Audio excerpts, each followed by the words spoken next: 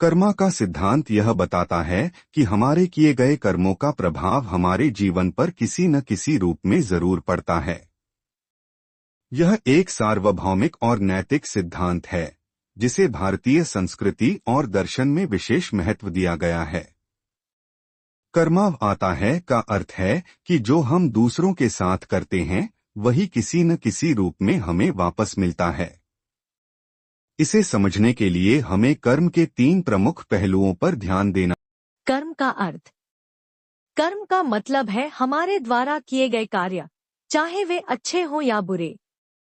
कर्म सिर्फ बाहरी कार्यों तक सीमित नहीं है, बल्कि हमारे विचार, भावनाएं और इरादे भी इसमें शामिल हैं।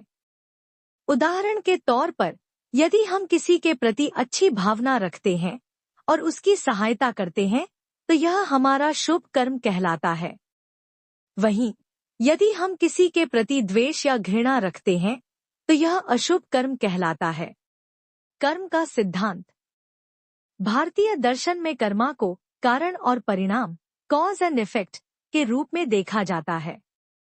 जो कर्म हम करते हैं वे एक ऊर्जा के रूप में ब्रह्मांड में भेजे जाते हैं और समय के साथ वे हमें लौटकर प्रभावित करते हैं। यह ठीक वैसा ही है जैसे किसी तालाब में पत्थर फेंकने पर लहरें वापस किनारे तक लौटती हैं। शुभ कर्म। अगर हम दूसरों की भलाई करते हैं, ईमानदारी से काम करते हैं और किसी का दिल नहीं दुखाते तो हमें जीवन में सुख और शांति प्राप्त होती है। अशुभ कर्म। अगर हम किसी को नुकसान पहुंचाते हैं, झूठ बोलते हैं या बुरा करते हैं तो यह नकारात्मक ऊर्जा बनकर हमारे जीवन में समस्याएं पैदा करती है। कर्म के प्रकार। भारतीय ग्रंथों में कर्म को 3 प्रकार में बांटा गया है। संचित कर्म, पिछले जन्मों के किए गए कर्मों का संचय। प्रारब्ध कर्म, वे कर्म जो वर्तमान में हमारे जीवन को प्रभावित कर रहे हैं। क्रियामाण कर्म, वर्तमान में किए गए कर्म जो हमारे भविष्य को आकार देंगे। 4 कर्म का प्रभाव और लौटना।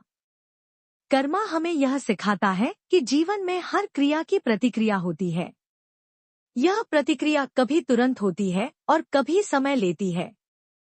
उदाहरण के लिए, अगर आपने किसी को धोखा दिया है तो आपके साथ भी ऐसा होगा, चाहे वह इसी जन्म में हो या अगले जन्म में। अगर आपने किसी की मदद की है तो किसी न किसी रूप में वह मदद आपको वापस मिलेगी। 5. धार्मिक और नैतिक दृष्टिकोण। हिंदू धर्म, बौद्ध धर्म और जैन धर्म में कर्म का विशेष महत्व है। इन धर्मों में कर्म को आत्मा की उन्नति और मोक्ष प्राप्ति का माध्यम माना गया है। गीता में कर्म। श्रीमद् भगवद गीता में भगवान कृष्ण ने कहा है, कर्म किए जा, फल की चिंता मत कर। इसका मतलब है कि हमें अपने कर्तव्यों का पालन करना चाहिए और परिणाम की चिंता छोड़ देनी चाहिए। बौद्ध धर्म। बुद्ध ने कहा है कि अच्छे विचार, शब्द और कर्म हमारी आत्मा को शुद्ध करते हैं।